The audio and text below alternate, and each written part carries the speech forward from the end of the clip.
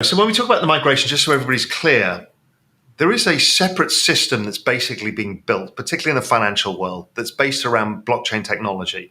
And it's this digital asset revolution that is a whole new world that is slowly seeing the great and the good migrate and the masses. It's a migration, which is great because that stops the end game of a blow up.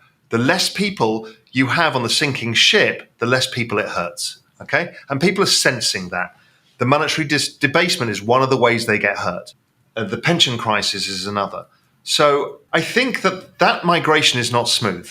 Anybody who's read The Fourth Turning understands these kind of societal transitions. And again, the fourth turning is demographics, to go yet back again to the mega theme, is the society is not ready for the rate of change that we're facing. And you can see it on Twitter, financial Twitter. There are people who just want the politics of nostalgia. I want to go back to gold. I want to go back to this. I want to go back to the 1950s. I want to go back. Get me to somewhere that I feel safe.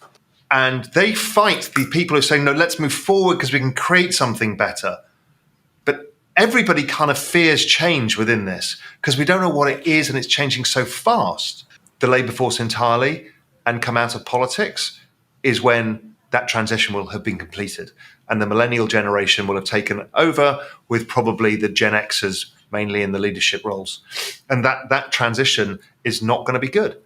And, people will feel still left behind because this rate of change of technology, I mean, every single truck driver and taxi driver on earth is going to be out of a job in 20 years' time. Realistically, there's no point in having shops. I mean, that's what the COVID crisis taught us. This is a lot of change. Why are people feeling poorer? That's the key thing to understand. And then we can look at the debasement discussion. Real wages, generally, across the developed world, haven't gone up in any meaningful way since about 1974. A lot of the gold bugs will argue that's because the US left the gold standard, et cetera, et cetera. That'll have something to do with it. But more so with something else is in the US alone, 76 million people enter the labor force at the same time, basically, which is the baby boomers. Law of supply and demand said if you increase the number of humans into a labor force, the price of labor is not going to go up. So guess what? Labor was stagnant. And then what happened is all of those people started buying stuff all at the same time. They all turned 30 at the same time back in 1980. And they bought everything, their first house, their first car, and that created the great inflation. So that's demographics all over again. But then over that period, their wages didn't go up, but some goods did. And the wages didn't go up by a second kick in the teeth. And that was in 1996 at 7, China entered the WTO agreement happened that put everybody in a level playing field. So now you're competing with not only with these other baby boomers, but you're competing with everybody around the world. And then against that was the rise of the computer and technology. So you're now competing with the robots and the software and the people in India and the people in China and the baby boomers. And then all these people had the stupid idea of having kids all at the same time, which are the millennials. And now, because of longevity of life and expanding, because of the retirement crisis, having to expand people's retirement age, you've now got the baby boomers, the millennials, the globalized workforce, the robots, and the artificial intelligence all in the labor force at the same time. This is bad. Wages underperform most things over time. So kind of wages and CPI, wages have slightly outperformed. Some goods, anything technology driven, has collapsed in price. All things like clothing, all of that stuff collapsed in price. But fixed things, because all of the millennials went to school and university, cost of education went through the roof. Because the baby boomers got older, the price of healthcare went through the roof, right? Very quantifiable, understandable things that made people feel poorer because of actually demographics driving. It was not by some evil man twisting the dials. It was actually because of them themselves. They caused it. But there was another problem here, is that as people realized that they weren't getting wealthier and some of these fixed assets were going up over time, housing, equity markets, other savings vehicles, because these are basically future savings, right? Investing in property is a future release of capital when you've retired, or you hand it over to your kids, or whatever you do with it. But it's a saving vehicle, and they were getting less access to savings vehicles. So what did they do over time as prices got more expensive and had to pay for this education, this healthcare, and all this other stuff, and this housing?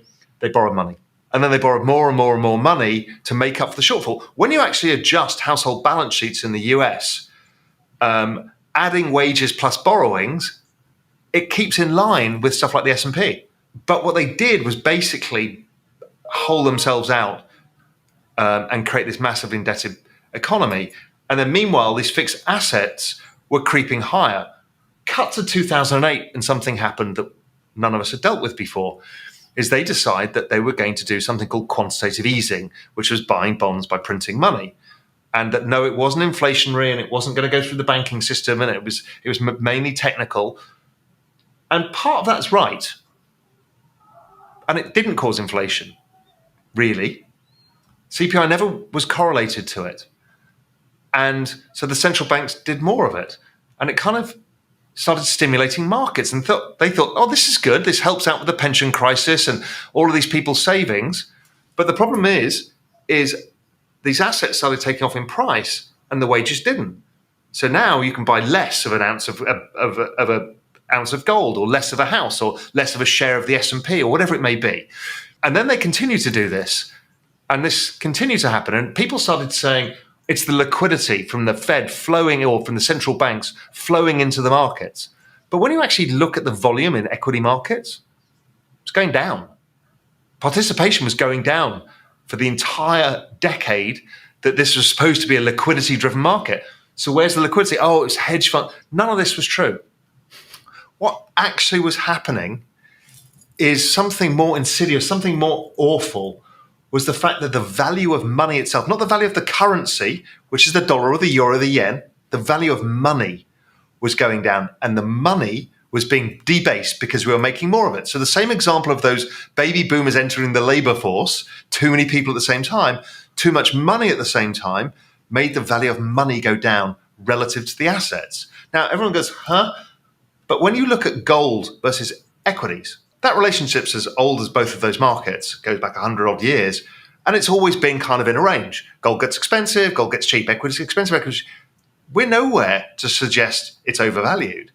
And then you look at real estate against the same metric, or real estate versus equities, and they all look kind of about right. And then you go, well, everyone's calling this the everything bubble, but we're not seeing this record volumes. It's because they've lowered the value of the denominator.